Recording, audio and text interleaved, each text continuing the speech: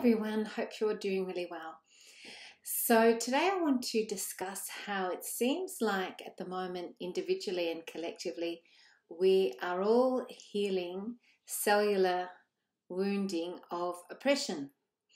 And so the lockdowns are a reminder on a soul level of the oppression that we have experienced over many lifetimes. And it's interesting how this seems to be a theme coming up at the moment to heal any sort of enslavement programs, lack of freedom, censorship, not being able to express ourselves, all those sorts of things. So I'll just give you a couple of examples of how that is playing out now in the physical reality. So for me, I have been with a few people, in a sense, a bit of a target of blame for things that were not my fault. So when I take this back to a past life, it came from a lifetime where I was in the Victorian era, and I was a young girl and I was 15, and I was very outspoken and quite progressive, and I got very abused, like verbally and harangued and sort of abused, I guess, psychologically and so forth, by a female employer. So she was like sort of the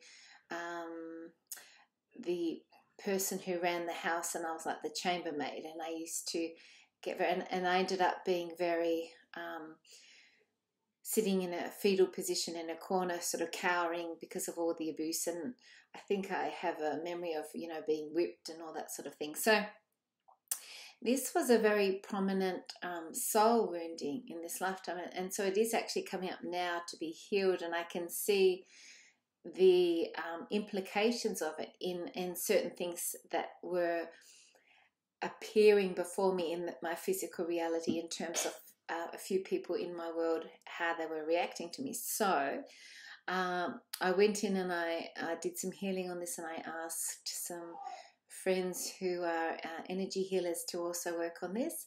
And it was very interesting too, because they came up with the same hypotheses of where it came from in terms of the past life, and they mentioned the age 15 years, and 15 years was quite significant because it was a year for me that was extremely difficult. I was at an all-girls private school, and I was being very bullied by this one particular girl.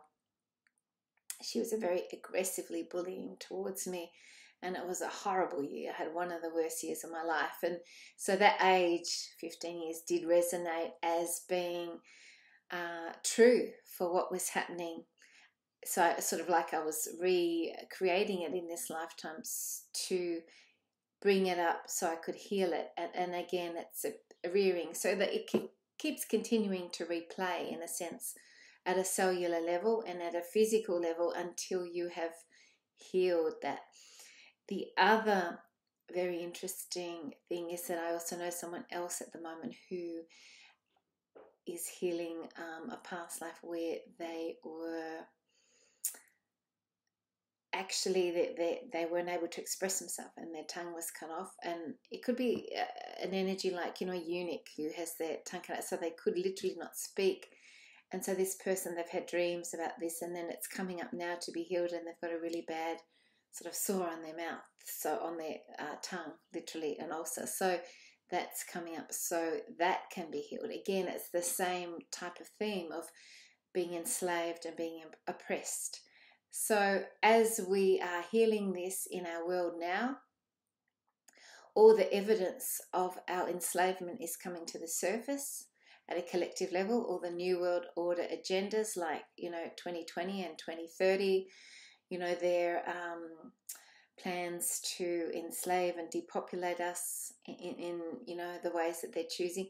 All those sorts of things are enslavement programs that are being triggered in us as we recognize them, acknowledge them, and heal those things within us that we have a memory of at a soul level. So all very interesting, and don't be surprised if something like this comes up for you.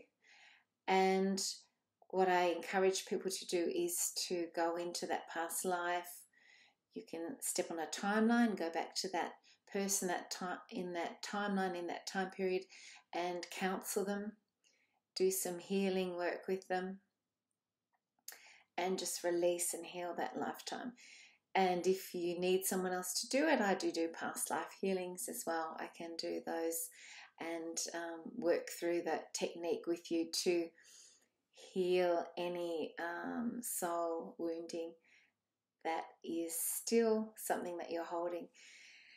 So I think that's everything, and I hope that that's helpful for you.